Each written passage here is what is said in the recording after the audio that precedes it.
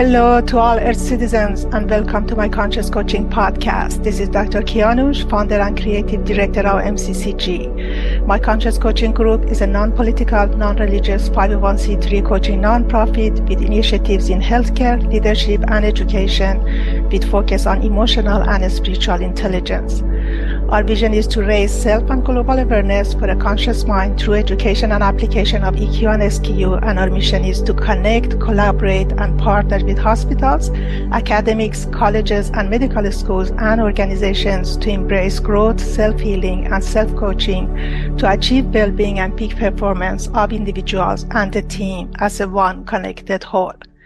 Today, we have a very special guest, Dr. David Rosemarin, whom I had the opportunity to meet and learn from during my certification at World Congress on Moral Injury, Trauma, Spirituality, and Healing. And as part of that's the program as part of the Harvard Human Flourishing Program. Dr. David Rosemarin, Ph.D. is an associate professor at Harvard Medical School and director of McLean Hospital Spirituality and Mental Health Program. He innovates methods for integrating spirituality into evidence-based mental health treatments. He is also a widely cited researcher in this area who had authored over 100 peer-reviewed publications. In addition to his academic work, Dr. Rosmarin is also founder of Center for Anxiety, which services over 1,000 patients a year in multiple states. His work has been featured in Scientific American, the Boston Globe, the Wall Street Journal, and the New York Times. He is the author of the trade nonfiction book, Thriving with Anxiety, 9 Tools to Make Your Anxiety Work for You, which was released on October 2023 by HarperCollins. Dr. Rosemarin, welcome to MCCG Podcast, and thank you so much for joining us today. Thanks very much for having me. It's a real honor to be here. I appreciate that. I always ask my speakers, aside from their formal bio, that how do you like the world know you as a person, or what for? Yes. Well, I am married for nearly 25 years and have 6 kids at home. So I think that's probably the best way to characterize me as a person. Professionally, you covered a whole bunch of bases beforehand. Yeah, and such a blessing, such a wonderful, story that you have behind all of this. And just getting to our first question, Dr. Rosemarin, or if I call you David, what is, to your opinion, the definition of a spirituality and how different it is from religion? Sure. Spirituality, a very broad term. According to my graduate school mentor, anyway, Dr. Ken Pargament, who's been really one of the foremost psychological scientists looking at this construct for, 4 decades now. It's any way that human beings seek to engage with that which they perceive as sacred. When a person perceives there to be something beyond the physical world, whatever that is, however that manifests, in any way of relating to that at all, that is spirituality. Again, a very broad construct. And you mentioned religion before. Religion is a subset of spirituality, which involves culture-bound ways of relating to the sacred, defining the sacred, engaging with that which is metaphysical in some way. So if you have a group of people who are engaged in the same way with a shared perception of spirituality, that would be a religion. I mean, as we were talking before the interview, so I had a near-death experience, and I wasn't spiritual or religious, but I believed in God, and I was raised in a religious family, but never practiced the religion that I was born with it. And after my near-death experience, I mean, with my understanding of spirituality, religion is a teeny tiny part of the spirituality, and the spirituality is the whole broad spectrum, of that holistic, the understanding that we have from the universe, from our intelligent universe. But go ahead. Statistically speaking, in the United States, most people who have spiritual beliefs are religious. So just to be clear, it is in theory a small section, religion compared to spirituality in terms of concept, yes. But in terms of, statistically, most people who, at least in the Western hemisphere, who have spiritual beliefs do draw upon culture-bound ways of engaging with the sacred, i.e. religion. But your point about near-death experiences, I mean, it's an incredible phenomenon. I'm sure you're familiar with Ibn Alexander, who was in my Yes. department. Yeah, we had a podcast actually with him. It's in our YouTube channel if you're interested to listen to that. Yeah, I know him personally through IAN's International Association of Near-Death Studies. Yeah, and just to be clear, although spirituality, and religions are override each other, but not necessarily if you are a spiritual, you have to be religious too. So just want to be clear on that. No, of course, that goes without saying. Yeah. So I'm just curious about what brought you at first place to do the research on spirituality and mental health, and what's the story behind the initiatives? And I know your thesis was about on the spirituality. Can you tell us a little bit on that? Yeah, why am I studying spirituality and mental health? Good question. Yeah. I personally am a religious faith. I'm have a faith is a big part of my life, a big part of my culture, a big part of my family. And I was really shocked when I was going into clinical psychology simply because I wanted to study emotions and how to manage them and how to understand them and how to help people struggling with emotional and behavioral disorders. I was shocked at how little the topics of spirituality and religion were covered. I mean, the only coverage of the topic in my Psychology 101 course was about religious psychosis, people who believe that they're God or believe that they're messianic in some way. And it really didn't do justice to me to the many ways that spirituality can connect to mental health. In many cases, it's a resource. Some people have their faith as something that gives them hope and meaning in times of difficulty.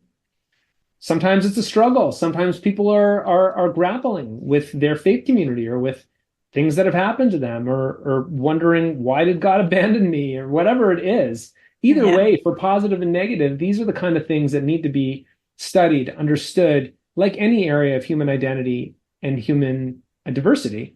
And over the past, now it's 20 or close to 30 years, I've been studying this and trying to make a dent in the academy, with some wins, some losses, and some points in between.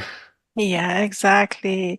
And you brought the emotion part. So I'm also, certified on emotional intelligence, and I believe that, spiritual intelligence and spirituality is related to emotional intelligence. And to be able to manage and translate what our emotions give us as a data, and they are kind of interconnected.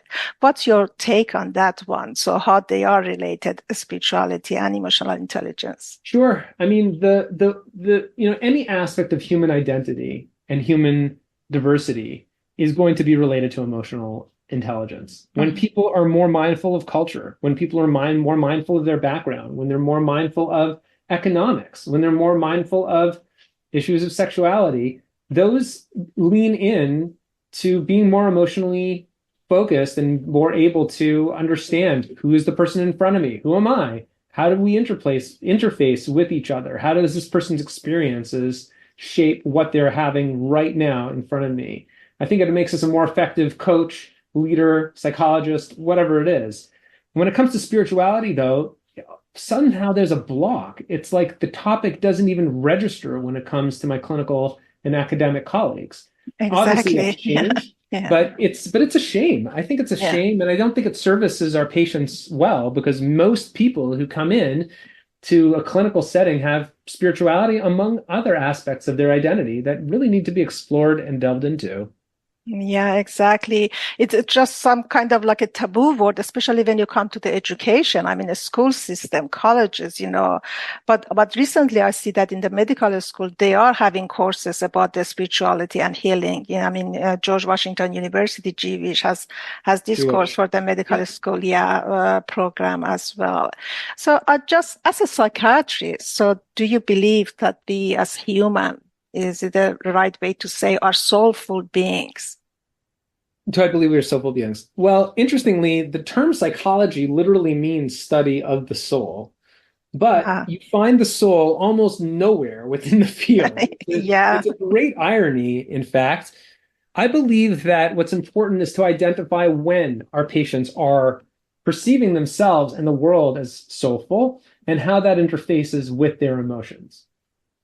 I know personally from my own experience, when I go through difficult times, resorting to faith, resorting to prayer, resorting to my community makes a huge difference. And Yeah. those are resources that, frankly, if I didn't have, I probably would have very significant symptoms like many of my patients. Yeah. But for other individuals, and sometimes this has happened in my own life, there are spiritual struggles where people are grappling with aspects, big questions. Who am I? What did I just do? What does this Yeah. make me into? What's my purpose in this universe? Am I, being punished by a malevolent being? And those are very significant. Those spiritual struggles, when people have them, they can have a massive difference on their health. So I think, yes, ultimately, I believe as a person of faith that humans are soulful, but what's much more important is the interplay between my patients' beliefs Mhm. and their mental health. And that's really my job. Yeah, that's interesting how this soul factor, I mean, involved in our mental health and well-being, and how does that work? I mean, to my understanding from my near-death experience and what I'm learning from you is just that our soul and our soul work is just what is connecting us to the one truth of consciousness. Is just like a bridge or anchor or our compass, to our calling, and what is holding us, in a difficult, stressful time, but which we are talking about the anxiety later on, in this interview. Sure. And we are reaching to the good part that is about, that's your book, Thriving with Anxiety. Can you tell us a little bit about that? What does it cover? Why did you write it? And Sure. what's the message? Sure. I'll tell you the story. During the beginning stages of the pandemic, I was very, very anxious. I The know. reason is not because Who of the pandemic wasn't? itself. Yeah, who Well, who wasn't? wasn't? Who wasn't is my patients, and Yeah. that was the amazing thing. I was terrified most of all that my patients were going to have a very hard time. Yeah. My clinical program, Center for Anxiety, had more than 500 patients at the time, and Oh, there are these early reports of anxiety and depression and suicidality going through the roof. Right?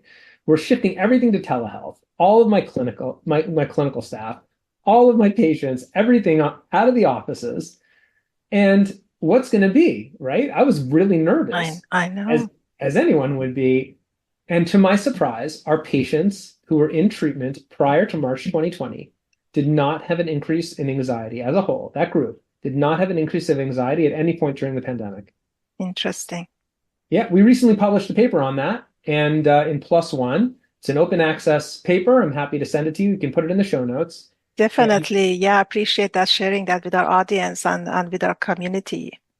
what was remarkable to me was that anxiety for this group of patients was actually a blessing, because since they had it before the pandemic, they got the skills that they needed, and that anxiety became a strength. It inoculated them against pandemic-related distress, and they did not experience significant anxiety during one of the most stressful periods in human history. Very interesting. Very interesting.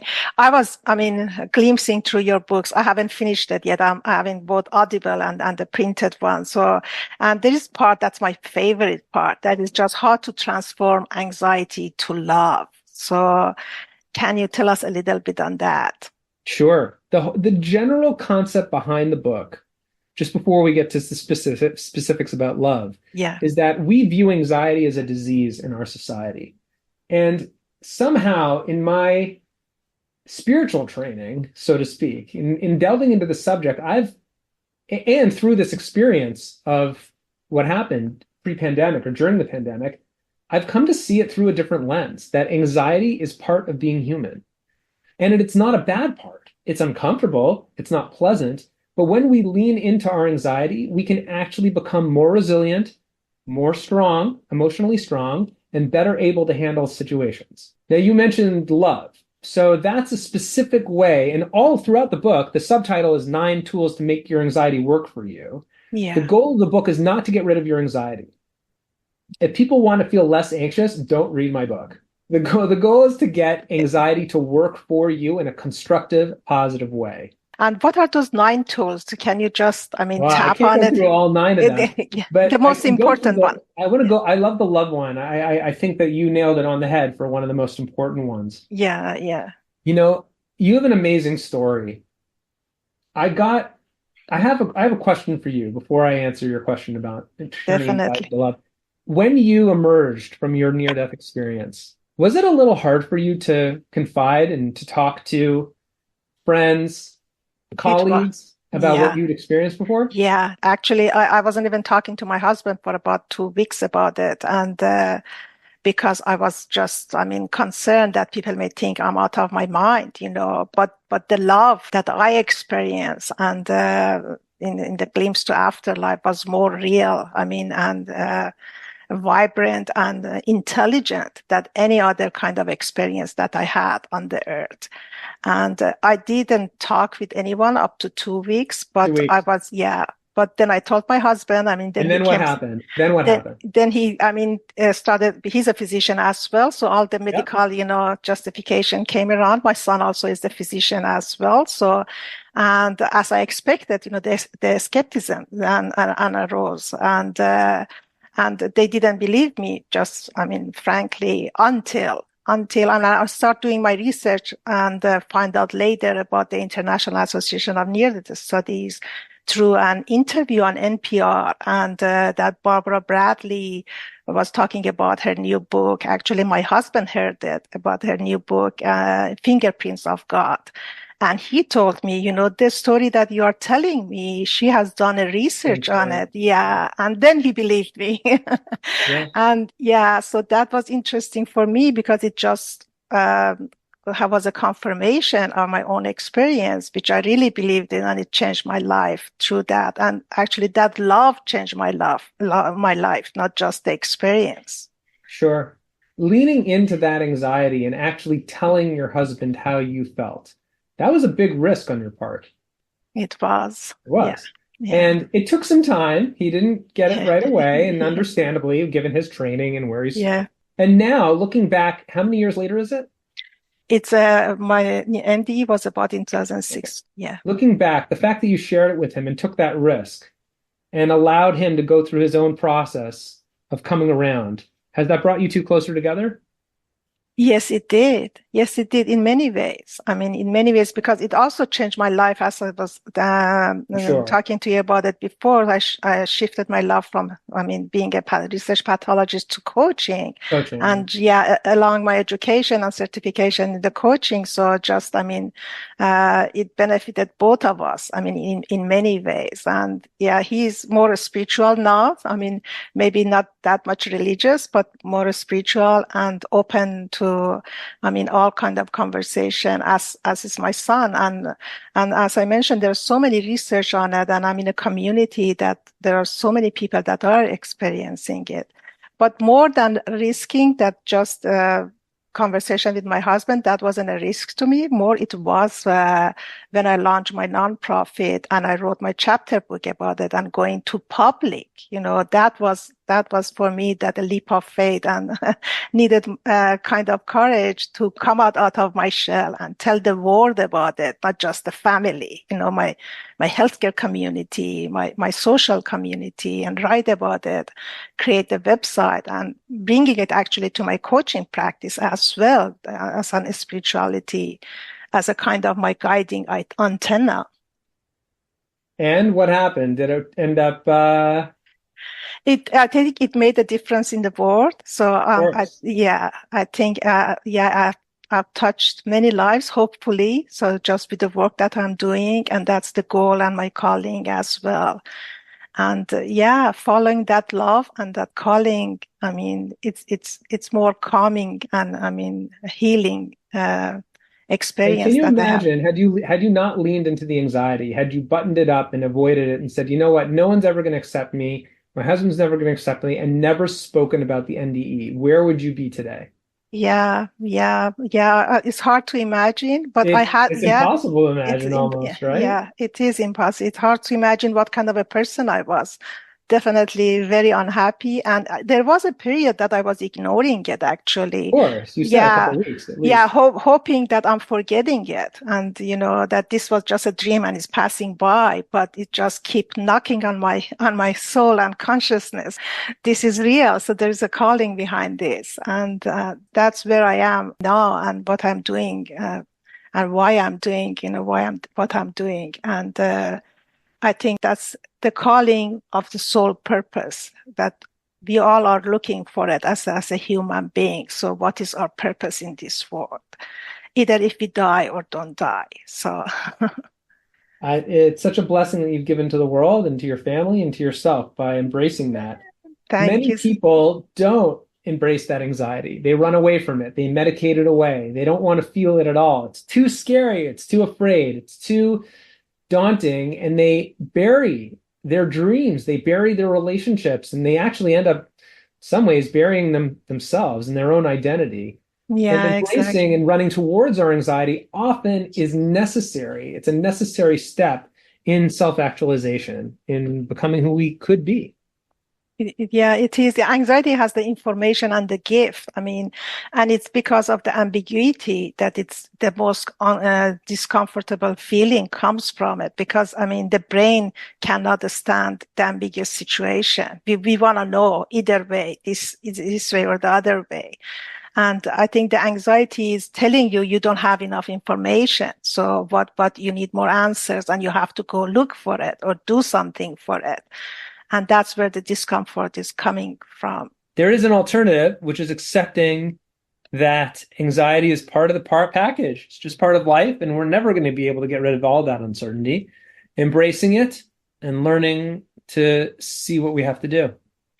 Yeah, what are after accepting the accepting part, what are the technique? I do a lot of meditation. I do yoga, meditation, we do Reiki, but meditation, not just basically meditation on the cushion, or just walking in the nature, listening to birds for me is a meditation and anxiety relieving tool. What are the tools that you are offering in your practice? Yeah, well, first of all, we need to embrace our anxiety and run towards it. Often people run away from their anxiety. We bury our head in the sand. We do everything we can to not talk about it, not think about it, squelch our feelings, remove ourselves from situations that make us feel anxious. And there's a cognitive behavior therapy technique called exposure therapy, where people confront that which makes them feel anxious. It's not pleasant, but it kind of like going to the gym, it does build us and make us more emotionally resilient. Just like lifting weights makes us more physically resilient. Yeah, I'm practicing that with my podcast.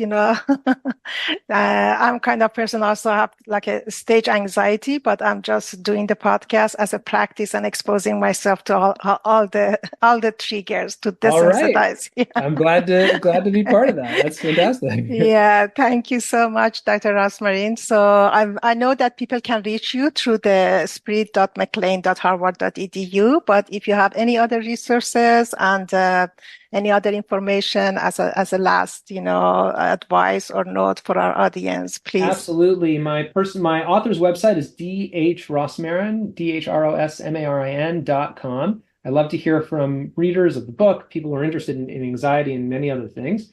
And Center for Anxiety's website is centerforanxiety.org, and open for referrals in Massachusetts, New York, New Jersey, and other states as well. That's wonderful. And as we discussed before the interview, I got a rain check from you that we will have you soon in the Institute of Coaching, spirituality in coaching and leadership huddle. And that I'm leading, one of the Wednesday of this year. So thank you so much for your contribution, Dr. Rosemarin. That'd be my honor to contribute. Thank you so much. Have a wonderful day. You too. You take care. Goodbye to our listeners, and remember, one podcast at a time. Thank you for being with us for another one. You can visit our website at myconscious.org to learn more about us, or write to us at coach@myconscious.org. And please stay connected by following us on our social media platforms, LinkedIn, Instagram, Facebook, or Twitter, not to miss our upcoming episodes and events. Love and light from all of us to you. Make it a great day, everyone.